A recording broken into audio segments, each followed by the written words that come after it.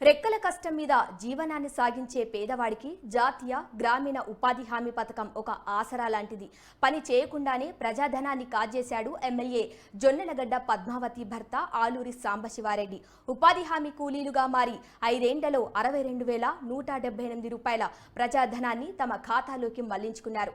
కాళ్లరిగేలా తిరిగిన పేదవాడికి బిల్లులను చెల్లించటంలో నిర్లక్ష్యం వహించే అధికారులు, అధికార పార్టీ నాయకులకు బిల్లులను మంజూరు చేస్తున్నారని విమర్శలు వెల్లువెత్తుతున్నాయి.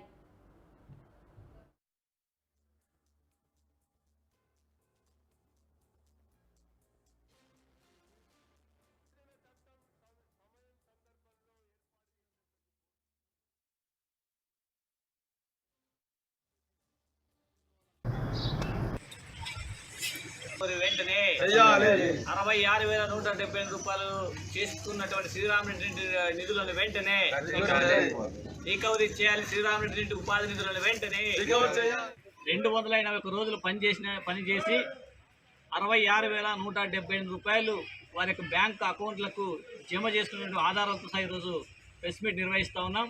ఈరోజు మనకందరికీ తెలుసు, గ్రామీణ ప్రాంతాల్లో ఉపాధి హామీ చట్టం అనేది పేదలకు పనిచేసిన కష్టం చేసే రెక్కాడితే కానీ డొక్కాడని వ్యవసాయ కూలీలకు ఒక వరంలాగా ఉన్నటువంటి చట్టం. అలాంటి చట్టానికి ఈ యొక్క రాజకీయ నాయకులు చట్టాన్ని పకడ్బందీగా అమలు చేయాల్సిన బాధ్యత ఉన్నటువంటి ఇలాంటి రాజకీయ నాయకులే ఈరోజు ఈ చట్టంలో చొరబడి పనులు చేయలేకున్నా కూడా పనులు చేసినట్టుగా బిల్లులు చేసినటువంటి పరిస్థితి ఈ మండలంలో మేము గుర్తించాం. వీటిని ఈరోజు వ్యవసాయ కార్మిక సంఘం ఆధారాలతో పాటు బయట పెడతా ఉన్నాం.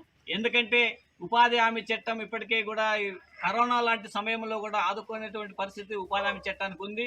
మరి అలాంటి చట్టాన్ని ఈరోజు నీరుగార్చడమే కాకుండా ఈరోజు అవినీతికి పాల్పడే అక్రమంగా దోచుకునే పరిస్థితి మనం చూస్తూనే ఉన్నాం.